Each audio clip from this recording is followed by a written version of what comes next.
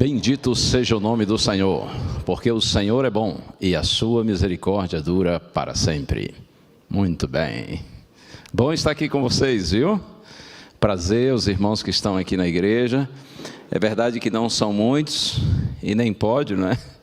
Infelizmente a gente está vivendo essa realidade aí de exceção, de situação incomum. Mas pela graça de Deus vai passar logo. Eu estou feliz por estar aqui e agradeço a você também que está aí nos acompanhando através da internet, participando dessa vigília. A câmera das três que está mais fechada, acho que é essa aqui mesmo, né? Ok, eu gosto mais assim, ficar mais perto. O que é mais bonito tem que ser, o que é bonito tem que ser visto de perto, né? Grande coisa. Tem gente que não se enxerga, fala sério. Mas, falando sério agora, eu gosto assim com a imagem mais fechada, porque eu me sinto mais próximo das pessoas, não é?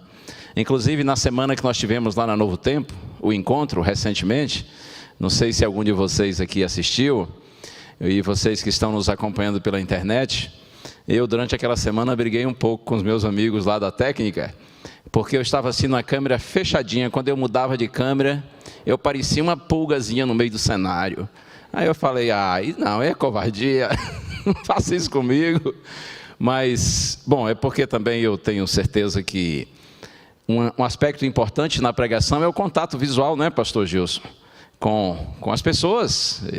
Eu aprendi quando estudei teologia a long time ago, há muito tempo, no passado, logo depois do dilúvio, eu aprendi que é importante o pregador falar olhando nos olhos das pessoas, não é?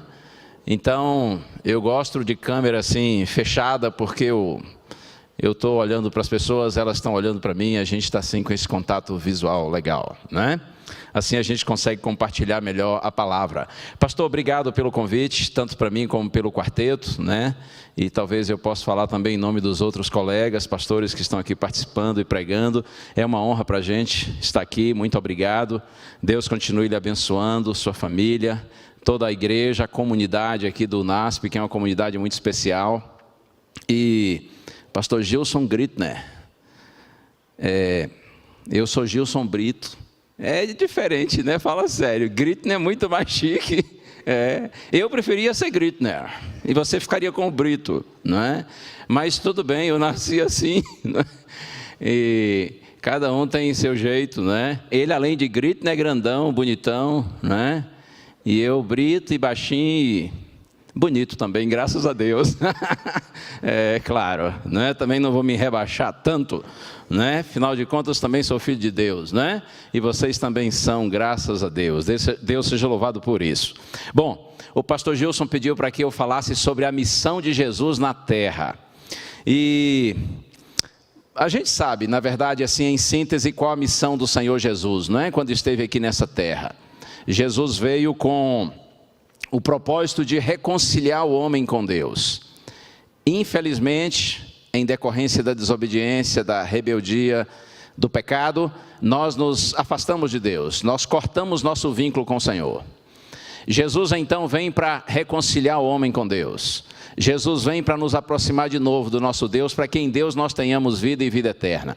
Porque no momento quando o homem pecou e se afastou de Deus, consequentemente, passou a estar sujeito e condenado à morte. A gente sabe que Deus nos criou para a vida, não é? E vida eterna, mas essa nossa imortalidade condicionada à nossa ligação com o que é eterno. No momento quando o homem pecou, se afastou de Deus, cortou essa ligação, passamos a estar condenados à morte. Então Jesus vem para nos reconciliar com Deus e assim nós voltarmos o direito de vida eterna. Vamos lá, o primeiro texto que eu quero ler está aqui. Segunda carta de Paulo aos Coríntios, capítulo 5, verso 19. Segunda carta aos Coríntios 5,19 está escrito assim: a saber que Deus estava em Cristo, reconciliando consigo o mundo, não imputando aos homens as suas transgressões, e nos confiou a palavra da reconciliação. Deus estava em Cristo, diz Paulo, reconciliando consigo o mundo, não imputando aos homens as suas transgressões. Foi para isso que nosso Senhor Jesus Cristo veio a este mundo. Nas palavras do próprio Cristo, que a gente conhece muito bem, Lucas 19, verso 10, Jesus disse: o Filho do Homem veio buscar e salvar o perdido. Isso foi lá na casa de Zaqueu. Você talvez conheça o texto, quando Zaqueu, aquele baixinho que era, por sinal, meio sem vergonha, desonesto, não é? Ele recebeu Jesus em casa e ficou tão assim impactado pela presença de Cristo, sua bondade, sua pureza, seu amor, seu respeito para com um pecador tão indigno, que esse impacto da presença de Cristo, do amor de Cristo, transformou Zaqueu. E quando Zaqueu então reconhece seu pecado, confessa e decide abandoná-lo, Jesus disse: hoje houve salvação nessa casa, porque o Filho do Homem veio buscar e salvar o perdido. Outro texto conhecido, João 10, verso 10. Jesus disse assim: o ladrão vem somente para roubar, matar e destruir. Eu vim para que tenham vida e a tenham em abundância. Oh, glória a Deus! Jesus veio para que você e eu tenhamos vida, e como ele disse, vida em abundância, vida plena. E você me dirá assim: pastor, Jesus está falando aqui de vida eterna, não é? Só que tem duas coisas muito legais que eu quero dizer para você. A primeira é que a vida eterna vai ser extraordinária, não é só porque a gente vai viver e nunca morrer. A vida eterna será maravilhosa pela maneira como nós vamos viver também. Porque não basta viver e nunca morrer. Imagine nas circunstâncias que a gente vive hoje, se a gente nunca morresse. Com essa natureza tão mesquinha e tão pecaminosa que nós temos. Imagine uns camaradas por aí que já aprontaram tanto, se não tivessem hoje na sepultura, continuassem vivendo, trazendo tanto sofrimento para as pessoas. Imagine uma pessoa que, por exemplo, adquire uma doença grave, que lhe traz muita dor, muita angústia, e ela vai se definhando, por exemplo, e nunca morresse com uma situação dessa. Então veja, a vida eterna vai ser legal, não é só porque a gente vai viver e nunca morrer. Isso já é demais, extraordinário, mas a vida eterna será grandiosa pela maneira como nós vamos viver, pela qualidade da nossa existência. Oh, isso sim. Mas tem um outro aspecto, quando Jesus disse assim: eu vim para que vocês tenham vida e vida em abundância. É que essa nova qualidade de vida que Deus promete para a gente na eternidade, de alguma maneira ela já começa aqui e agora, quando você se converte. Não estou dizendo que sua vida vira um mar de rosas, de uma hora para outra. Mas o que eu estou dizendo é que mesmo com as dificuldades da vida, você passa a ter uma nova qualidade de existência. Porque quando você está em Cristo e Cristo está em você, você sabe de onde você veio, sabe por que está aqui na realidade presente, e você sabe para onde você vai. Eu gosto sempre de pensar nisso. Em Jesus nós descobrimos nossa origem e encontramos nossa identidade. Quando o homem se reconcilia com Deus por meio do Senhor Jesus Cristo, nós compreendemos o sentido, o propósito da nossa existência. Oh sim, e mais, quando você está em Cristo e Cristo está em você, você olha para o futuro sem medo, porque você sabe que há um destino glorioso para aqueles que confiam no Senhor. Bendito seja o nome do Senhor. Eu vim, disse Jesus, para que vocês tenham vida e vida em abundância. E a gente já começa a desfrutar um pouco. É verdade que só um pouco, porque o melhor está por vir. Mas a gente já começa a desfrutar um pouco dessa bênção de uma vida plena em Cristo, mesmo nessa existência presente. E quando a eternidade começar, aí vem a melhor parte. Aí vai ser demais. Pense comigo, se já é bom viver mesmo com essa vidinha que a gente tem aqui com tantos problemas, imagine você como será viver quando a eternidade começar. E Deus enxugar dos nossos olhos toda lágrima. E Deus fizer novas todas as coisas. Oh, como vai ser maravilhoso. Seja por isso bendito o nome do Senhor. Bem, mas para nos reconciliar com Deus e nos dar essa vida plena, essa vida em abundância, eu quero mencionar para vocês aqui 3 pontos rapidamente. O primeiro é que, assim, nesse sentido da missão de Cristo, para que Ele cumprisse a sua missão, Jesus, primeiro, deveria nos revelar a Deus. Segundo, Jesus deveria viver sem pecado, e o pastor Arilton até fez referência a isso. Jesus veio para ser o segundo Adão, vencer onde Adão perdeu, onde Adão caiu. E terceiro aspecto, Jesus teria que passar pela morte expiatória. Ele teria que morrer em nosso lugar. Aliás, a gente sabe que Ele nasceu inclusive para morrer, e Jesus também deveria ressuscitar, deveria vencer a morte. E aí, deu certo? Ou se deu? Tudo muito certinho, porque Deus não falha. Nosso Deus é maravilhoso. Primeiro ponto, quando a Bíblia diz que Jesus veio para revelar a Deus, e eu quero ir agora com vocês, já que é um estudo bíblico aqui, não é? Estamos estudando a palavra. Vamos ao Evangelho de João, capítulo 1. Esse aqui talvez seja, talvez não, certamente é um dos textos mais extraordinários do Novo Testamento. Aqui dá para fazer muitos sermões e muitas reflexões, mas eu vou ser breve. João capítulo 1, vou ler os versos de 1 a 5, está escrito assim: no princípio era o verbo, e o verbo estava com Deus, e o verbo era Deus. Ele estava no princípio com Deus. Todas as coisas foram feitas por intermédio dele, e sem ele nada do que foi feito se fez. A vida estava nele, e a vida era a luz dos homens. A luz resplandece nas trevas, e as trevas não prevaleceram contra ela. E agora no verso 14 está escrito: e o verbo se fez carne e habitou entre nós, cheio de graça e de verdade, e vimos a sua glória, glória como do unigênito do Pai. Isso é muito lindo, não é? Isso é maravilhoso. Quando João fala a respeito aqui do verbo, a palavra traduzida por verbo em grego é logos. E logos significa verbo ou palavra, narrativa, relato. Então a intenção de João é mostrar para nós que Jesus veio exatamente com esse propósito, de nos revelar, de fazer uma narrativa, uma apresentação de Deus para nós. Ele estava com Deus e o verbo era Deus, ele estava no princípio com Deus, todas as coisas foram feitas por intermédio dele. Como já foi dito aqui também, esse texto expressa a existência contínua, atemporal e ilimitada de Cristo, antes da encarnação. A razão para João apresentar Jesus como verbo é que ele veio para revelar o Pai. Assim como nossas palavras expressam nossos pensamentos, as nossas ideias, as ideias da nossa mente, Cristo veio para revelar os pensamentos, o caráter e a vontade do Pai.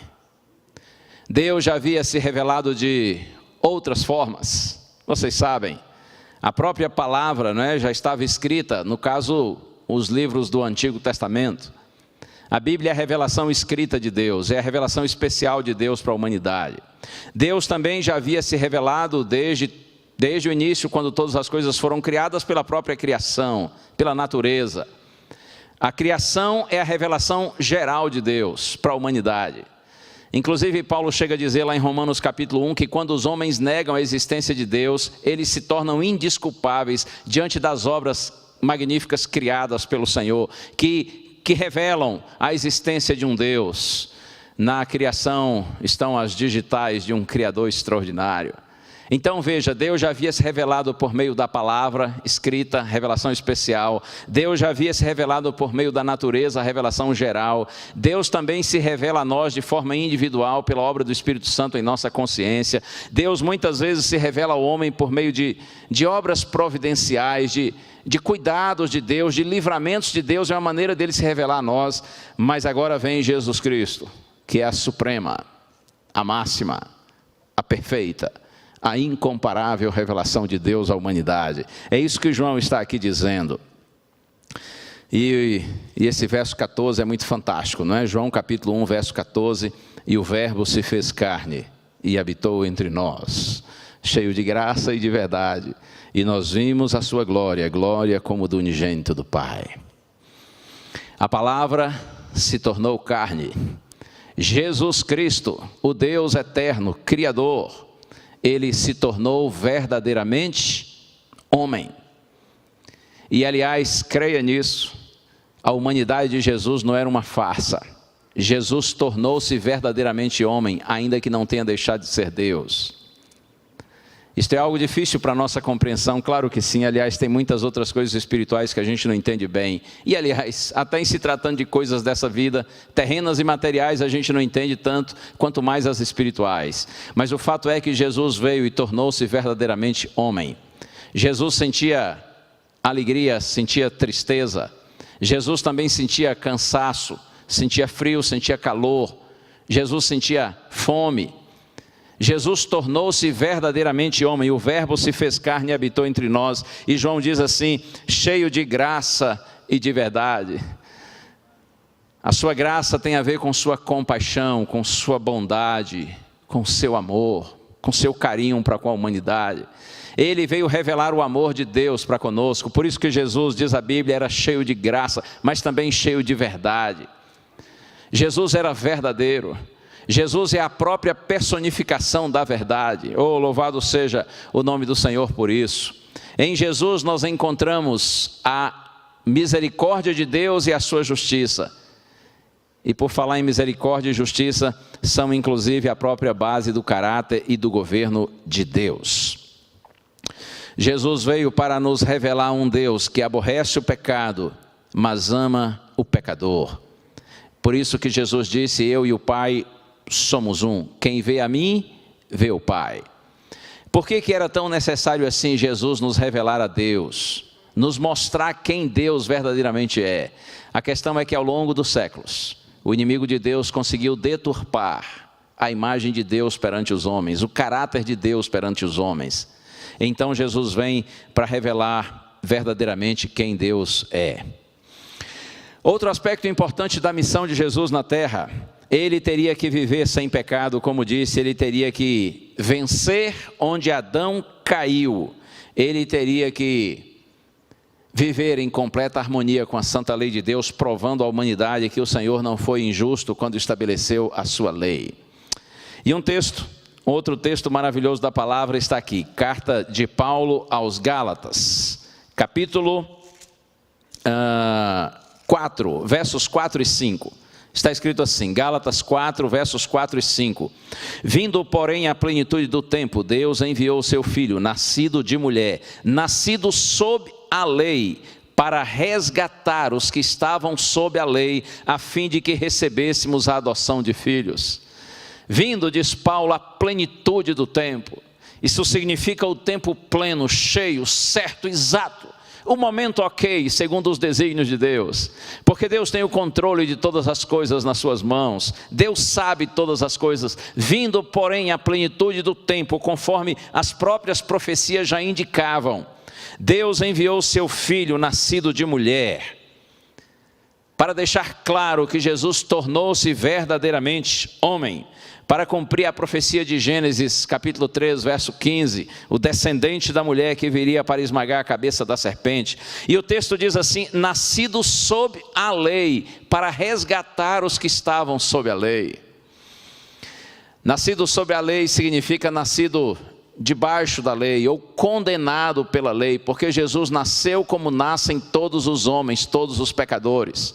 Mas apesar de ter nascido como um homem, como um pecador, Jesus não viveu como vivem os pecadores, porque esse era o seu grande desafio. Ele veio para resgatar os que estavam condenados pela lei, e somente vivendo em plena harmonia com a lei de Deus é que ele poderia nos resgatar dessa condenação e tornar-se o nosso Salvador. Nasceu como nascem os pecadores, mas ele não viveu como vivem os pecadores, porque sua vida foi completamente isenta de pecado. Bendito seja o nome do nosso maravilhoso Salvador. Lá em Hebreus capítulo 4, verso 15, está escrito que nosso Senhor em tudo foi tentado, à nossa semelhança, mas sem pecado. Ou sim, ele foi tentado do jeito que você e eu somos, mas a despeito de todo o assédio do mal, Jesus não cedeu em momento nenhum. Inclusive aqui fica claro que tentação não é necessariamente pecado. Nossa resposta à tentação, se for favorável, se for positiva, aí sim se torna pecado. Mas o fato de você ser tentado e resistir à tentação é óbvio que você então não está em pecado. Jesus foi tentado em todas as coisas, diz a palavra, a nossa semelhança, do mesmo jeito que você e eu, mas sem pecado. Em momento nenhum o diabo pôde apontar o dedo para Jesus e dizer, você não serve para salvar os homens, porque você é pecador, tão pecador quanto Adão e todos os seus filhos. Ou o diabo nunca pôde fazer essa acusação para o nosso Senhor, porque ele viveu uma vida completamente isenta de pecado. João 14, verso 30, esse é um texto muito bom também. Lá está escrito assim: já não falarei muito convosco, porque aí vem o príncipe do mundo, e ele nada tem em mim. Isso foi na noite de quinta-feira, véspera da morte de Cristo. Jesus estava fazendo o seu chamado discurso de despedida para os discípulos. E em determinado momento ele diz assim: eu já não posso falar muito mais com vocês, porque está vindo aí o príncipe deste mundo, e ele nada tem em mim. Eu gosto especialmente dessa última frase de Jesus: ele nada tem em mim. Jesus estava dizendo assim: o diabo está chegando para cumprir o seu propósito, porque o diabo tornou-se por usurpação o príncipe deste mundo. Ele usurpou a autoridade sobre este mundo. Jesus disse assim: ele está vindo aí, mas ele nada tem em mim. O diabo não tinha nada em Jesus, e o desejo de Deus é que o diabo também não tenha nada em você, não tenha nada em mim. Eu fico triste por não poder dizer isso. Eu gostaria de dizer como meu Senhor: o diabo nada tem em mim, mas infelizmente eu não posso dizer isso, porque eu, além de ter natureza pecaminosa, o que nós acreditamos que Jesus não tinha, o que não o deixava assim impossibilitado de pecar. Tanto é que Adão e Eva também não tinham natureza pecaminosa, e mesmo assim pecaram. Então, como o pastor Gilson disse há pouco, nós acreditamos que Jesus veio com a natureza de Adão antes do pecado, antes da queda. E eu não posso dizer que o diabo nada tem em mim, primeiro porque eu tenho natureza pecaminosa e Jesus não tinha, mas a outra razão é porque eu não tenho vivido uma vida devocional tão profunda como o meu Senhor viveu, e isso por causa das minhas fraquezas próprias e deficiências, não por falta de interesse, de iniciativa ou de poder de Deus. E talvez você esteja vivendo a mesma situação que eu. Que pena que a gente não pode dizer que o diabo nada tem em nós, porque muitas vezes nós somos negligentes em nossa vida devocional, e nós, por conta disso, por não estarmos na presença de Deus como devíamos estar, quantas vezes a gente condescende com o pecado, quantas vezes a gente nega o nome do Senhor, quantas vezes a gente entristece o Senhor, o Espírito Santo, por conta das nossas fraquezas e da nossa condescendência com o mal. Mas é tão lindo isso, não é? Quando Jesus disse assim: está vindo o diabo aí, mas ele nada tem em mim. Um dia você e eu poderemos dizer como Jesus falou: oh sim, nós poderemos. Não só porque nós teremos vitória completa sobre o pecado, mas porque essa própria natureza inferior, que nos identifica com o mal, será extirpada, será arrancada de nós. Quando Cristo voltar em glória e seus filhinhos forem glorificados, quando nós nos tornarmos semelhantes a Ele no seu caráter, então essa mesquinha, miserável natureza inferior será tirada de nós, e nós viveremos uma vida de plena harmonia com o Senhor. Isto será maravilhoso. Se hoje tem uma harmonia parcial e limitada, por conta da nossa natureza inferior e por conta das nossas negligências, ainda assim, se é bom ter comunhão com o Senhor, imagine você como será quando a eternidade começar e Deus tirar de nós essa natureza inferior e nós estivermos em plena harmonia com o nosso Senhor. Qual foi o fator decisivo para que Jesus tivesse vitória completa sobre o pecado? Você sabe, eu também sei, mas só para relembrar, Jesus era um homem de uma profunda vida devocional. A oração para Jesus era como a respiração de sua alma. Jesus vivia em oração. Jesus não tinha apenas momentos específicos de oração. Jesus vivia em oração momento a momento. Jesus mantinha a sua consciência, sua convicção de que ele estava na presença do Pai. Além do mais, Jesus, apesar de ser a própria palavra, ele valorizava a palavra escrita. Jesus a estudava, Jesus a mencionava. A palavra estava na sua mente, no seu coração todo o tempo. E quando a gente vive assim na presença do Senhor, em oração, com sua palavra na mente, no coração, o diabo pode fazer o que ele quiser para tentar nos separar de Deus, mas ele não consegue fazer com que a gente dê um passo sequer na direção do pecado. porque maior é aquele que está em nós do que aquele que está no mundo. Mais são aqueles que são a nosso favor do que aqueles que são contra nós, quando nós estamos ligados ao nosso Senhor. Jesus viveu uma profunda vida devocional, por isso ele teve uma vida isenta de pecado. E o terceiro ponto que eu mencionei, Jesus, para nos reconciliar com Deus, ele precisou passar pela morte expiatória, porque ele nasceu para morrer, e Jesus deveria ressuscitar para provar sua vitória sobre a morte e, consequentemente, o nosso direito de nele também termos vida. Mas não foi fácil, não é? Para o nosso Senhor. Lembra de Jesus no Getsêmani? Pai, se possível for, passe de mim esse cálice, sem que eu beba. No Getsêmani, o destino eterno da humanidade estava oscilando nas mãos de Jesus. Se nosso Senhor segue para o seu batismo de sangue, para o seu martírio, para o seu último sofrimento, então nós teríamos o direito de vida eterna por meio dele. Mas se Jesus recuasse diante do supremo sacrifício, nós estaríamos perdidos para sempre. Nas mãos de Cristo, o destino eterno da humanidade estava oscilando naquele momento no Getsêmani. Mas apesar de não querer morrer, apesar do seu instinto natural de conservação, por ter se tornado verdadeiramente homem, Jesus seguiu para o seu batismo de sangue. Mas a gente sabe também que a maior aflição de Jesus no Getsêmani não era simplesmente pelo o sofrimento, a tortura que ele sabia pela qual iria passar. Não era questão do medo da dor ou mesmo da morte. A maior aflição de Cristo no Getsêmani é que ele sabia que naquela hora ele estaria se tornando pecado por nós. Ele estaria simbolicamente assumindo sobre si todos os pecados da humanidade, e o pecado separa o homem de Deus. Esse era o maior sofrimento, essa era a maior aflição de Jesus, é saber que o pecado o separaria do seu Pai. Mas por amor a você e a mim, Jesus aceitou o batismo de sangue e seguiu para o Calvário. Ele sofreu em nosso lugar. Ele tomou sobre si as nossas enfermidades e as nossas dores levou sobre si.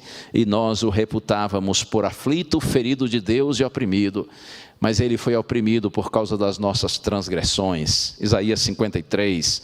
2 Coríntios 5, verso 21. Aquele que não conheceu o pecado, Deus o fez pecado por nós, para que nele fôssemos feito justiça de Deus. Oh, bendito Cristo, nosso maravilhoso Salvador. E lembra de algumas frases de Jesus na cruz? Eu vou citar só uma.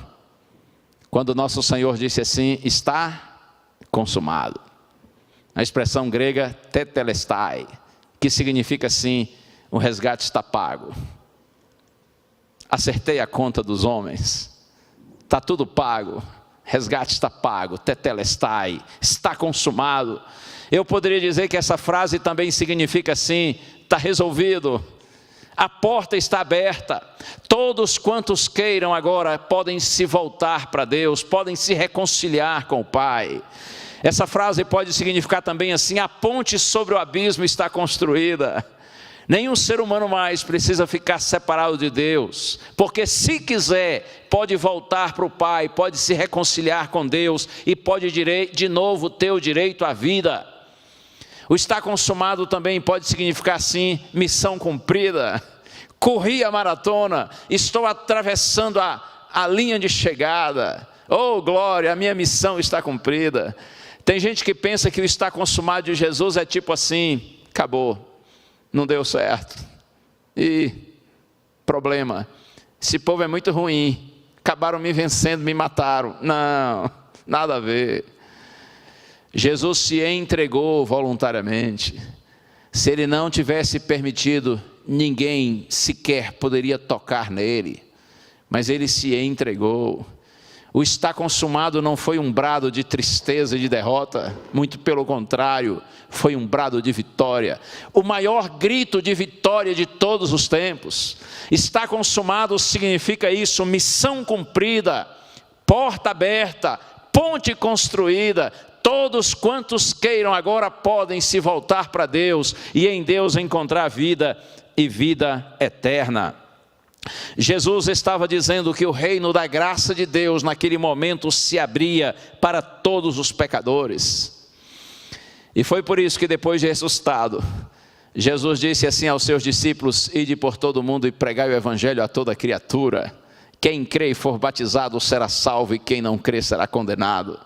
Isso é Marcos capítulo 16, versos 15 e 16. Ide por todo o mundo e preguem o evangelho, as boas novas de salvação. Digam para todas as pessoas que elas não precisam mais viver aflitas, tristes e desesperadas, com medo da morte. Porque a morte agora não é mais definitiva para o ser humano. A morte é apenas uma interrupção temporária da vida. Porque aqueles que vivem e creem em Cristo, ainda que morram, eles viverão de novo. Oh sim, porque a vida em Jesus Cristo, a vida plena e vida eterna em Jesus Cristo. Vão lá, preguem para o mundo inteiro, apresentem as boas novas de salvação, apresentem o evangelho, e quem crê e for batizado, disse Jesus, será salvo. Agora é verdade que quem não crê será condenado. Aliás, nós já estamos condenados. A única solução para nós nos livrarmos da condenação do pecado que está em nós é Jesus Cristo. Quem crê e for batizado, disse Jesus, será salvo. É claro que a salvação não está no batismo, está em Cristo. Mas o batismo faz parte da experiência dos que estão salvos. E Jesus disse: quem não crê será condenado, porque obviamente quem não crê também não quererá ser batizado. Mas quem crê e for batizado, disse Jesus, será salvo. Glória a Deus por isso.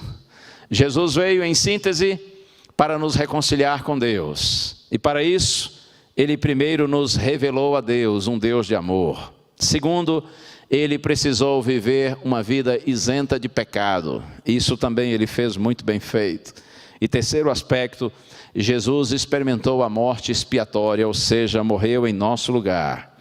E Ele ressuscitou em glória, provando que a morte foi vencida e será para sempre vencida. Eu termino dizendo algo que eu vi esses dias. Uma senhora me disse assim, a gente estava falando sobre Jesus e a vida de Jesus, e ela disse assim: pastor, eu queria ter vivido naquele tempo, no passado, para ver Jesus. Eu queria, disse ela, ter vivido naquele tempo, quando Jesus viveu aqui na terra, para que eu pudesse vê-lo. E aí na hora Deus me iluminou e eu disse assim para ela: irmã, eu tenho uma notícia para a senhora muito boa, creia nisso. E ela disse: o que é, pastor? A senhora poderá vê-lo num outro tempo, no futuro. Mas tem uma coisa que é muito legal: a senhora vai vê-lo assim como ele é. Porque as pessoas que viram o Jesus de Nazaré não o viram assim como ele é. Porque a glória do Senhor estava velada pela humanidade, não poderia ser diferente. Mas quando ele se manifestar em glória e nos chamar para a eternidade, nós vamos vê-lo assim como ele é. E tem mais uma coisa, eu disse para ela: quem viu Jesus durante a sua encarnação, o viu por pouco tempo, nós vamos vê-lo por toda a eternidade. Oh, Deus seja louvado. Deus abençoe você. Você que está aí nos acompanhando agora pela internet, e vocês que estão aqui na igreja também. Desculpa até não estar assim olhando para vocês, porque acho que tem mais gente lá do outro lado, né? Deve ter, com certeza. E vocês estão tão atentos e tão bonzinhos, tão quietinhos, que eu não preciso nem me esforçar para atrair a atenção de vocês e ter vocês concentrados aqui na mensagem. Mas para quem está em casa é mais difícil se concentrar na mensagem, por isso que eu estou olhando mais no seu olho, você que está aí em casa ou em qualquer outro lugar. E eu termino a minha parte lembrando isso para você: todos quantos queiram poderão ver Jesus, mas privilégio maior do que aqueles que o viram lá em Israel, nós vamos vê-lo assim como ele é. E outro ponto, nós vamos vê-lo por toda a eternidade. Deus abençoe você. Receba Jesus Cristo como seu Salvador pessoal. Ande pela fé com Ele, não se afaste dele. E se você ainda não é batizado, aceite o santo batismo. Como já disse, batismo não salva ninguém, mas o batismo faz parte da experiência dos salvos. Se você realmente crê em Jesus Cristo, você deve assumi-lo diante da sua família, diante dos seus amigos, dos seus vizinhos, de todo mundo. O Evangelho é o poder de Deus para a salvação de todo aquele que crê. E como diz Paulo, a gente não pode se envergonhar do Evangelho. Até porque quando a gente verdadeiramente conhece não só as boas novas de salvação, mas quando a gente conhece o Salvador, Ele se torna a razão da nossa vida. Por isso, aqueles que verdadeiramente creem, eles aceitam o santo batismo e fazem isso com alegria, com a cabeça erguida. Deus abençoe você que já é batizado para que permaneça no caminho. Você que não é, aceite Jesus como seu Salvador e aceite o santo batismo. E que um dia, pela graça do Senhor, nós todos estejamos juntos quando a eternidade começar. E Deus enxugar dos olhos de seus filhinhos toda lágrima. Deus abençoe você. Pastor, faço oração agora? Pode ser? Então tá bom. Vamos orar ao Senhor? Pense em Deus comigo. Pai querido, ó Deus, Tu nos sondas e nos conheces, Tu sabes todas as coisas. Nessa hora eu te peço, Senhor, por Tua bondade, permanece com todos nós, Senhor. Nós que estamos aqui no templo, na igreja do UNASP, de São Paulo, e aqueles que estão nos acompanhando pela internet em qualquer lugar, Senhor, seja aqui em São Paulo, em qualquer outro lugar do Brasil ou do mundo. Ó Deus, eu te peço nessa hora, mesmo que eu não tenha nenhum merecimento, abraça com carinho, Senhor, todos os teus filhinhos que estão orando comigo, e que esse Cristo bendito que veio, viveu, morreu, ressuscitou, intercede no santuário celestial e virá para nos buscar. Que esse Cristo bendito seja o Salvador de cada um de nós. Converte a Ti, Senhor, o nosso coração. Faze com que nós Te amemos e que o Senhor seja a razão da nossa vida, para que assim nós vivamos com propósito. E que quando a eternidade começar, que quando Cristo em glória voltar pela segunda vez a este mundo, que todos estejamos entre os salvos, que contemplarão a Tua face e viverão com o Senhor para sempre. Oramos em Jesus. Amém. Amém.